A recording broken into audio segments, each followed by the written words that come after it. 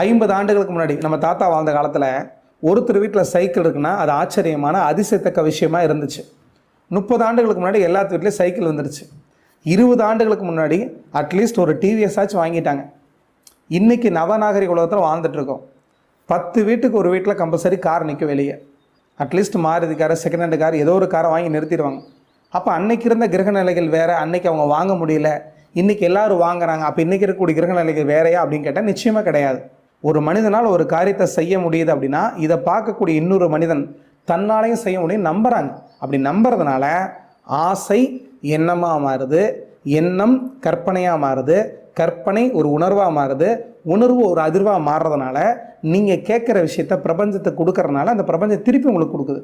அப்போ உண்மையால் ஒரு மனிதனால் ஒரு காரியத்தை செய்ய முடியும்னா இதை பார்க்கக்கூடிய இன்னொரு மனிதனாலையும் அந்த காரியத்தை செய்ய முடியும் நம்புகிறாங்க. இந்த பிரபஞ்சத்தில் நீங்கள் என்ன கேட்குறீங்களோ அது உங்கள்கிட்ட கிடைக்குது.